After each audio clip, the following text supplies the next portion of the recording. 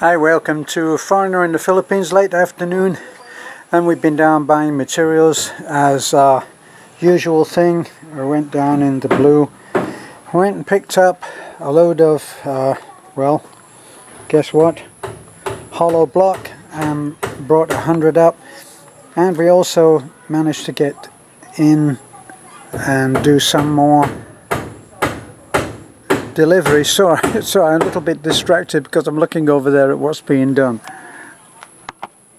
See what's being done here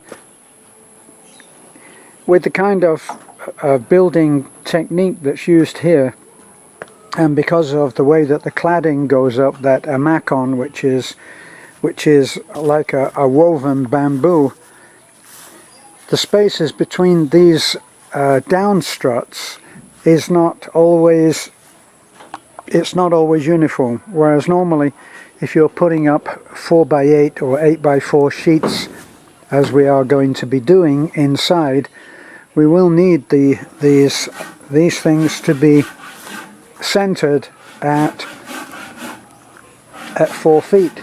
So let's say that this is 4 feet. We won't be able to go on and put the plywood to there. So what we have to do is, you can see that there's an arrow there. Well, that arrow will have to come in, and we'll have to put in just an extra strut there, so that when I come in and start working on the inside and putting in 4x8 sheets of plywood, I want to be able to go onto these centers and overlap part of one, part of the other. So the center has to be at 4 feet, and that's what is happening now. Beanie is going around. He doesn't normally have to think like this, but usually in the West, these centers would always be at 16 inches, and if they're at 16 inches, that would mean an outside one would be the outside of the 4x8 sheet. 16 inches will be the center, 16 inches again will be the center for the edge, and so you would have an easy fix for when you come in to do the plywood fix. But I find that the best way to work with Filipino workers is to keep out of their way absolutely as much as possible, and if there are any adjustments to be made, well, afterwards you can go up, as I did with Beanie today, and I explained to him that I was going to put up the 4x8 sheets of plywood, and that I would have to have a centerpiece that would take the outside edges of each sheet of plywood. Now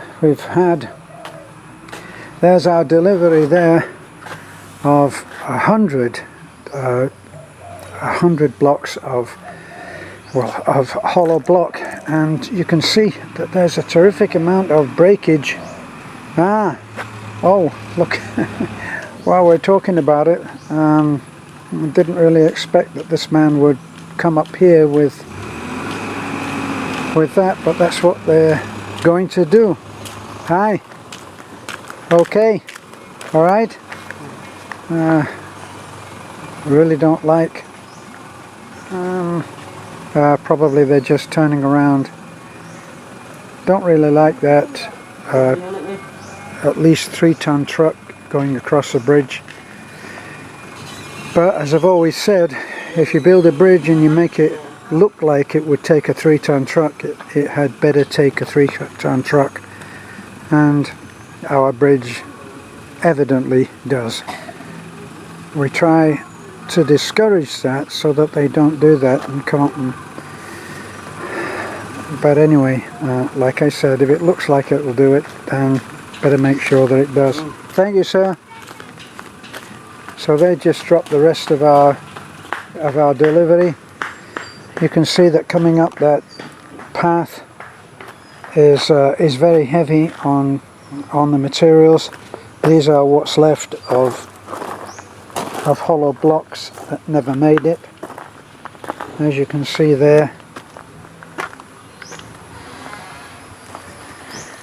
just a ton of blocks that, well, I wonder. No, actually that's pretty good. I'm pleased. But you can see, look, you shouldn't really be able to do that to a concrete block, but I did.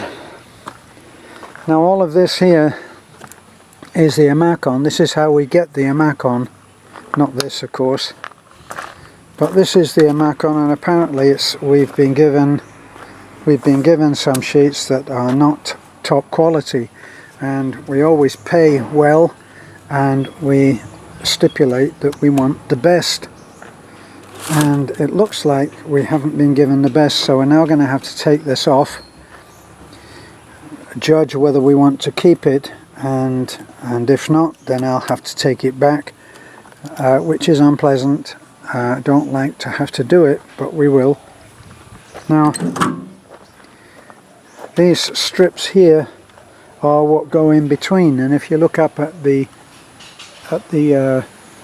that's the guest house up there, and you can see that we put the amacon along on top of the block, and then they do that squared off pattern, which does two things. It fixes the amacon even better than just pinning it to the board up to that framework, and it also is a decorative thing as well.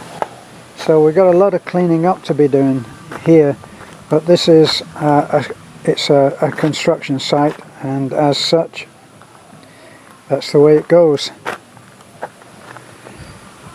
So this was a drop of sand.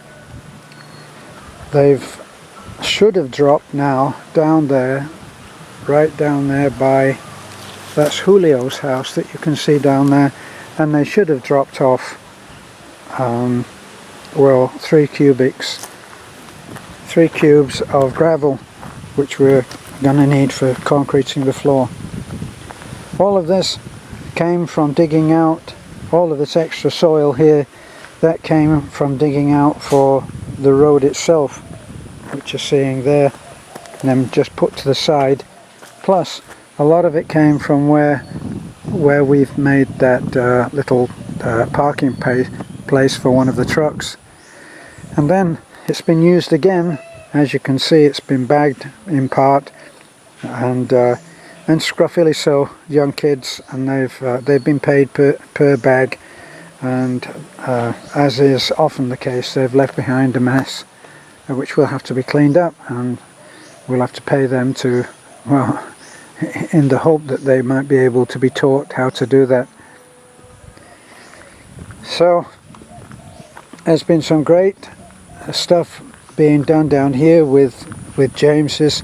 So I'm just doing a general walk around here now.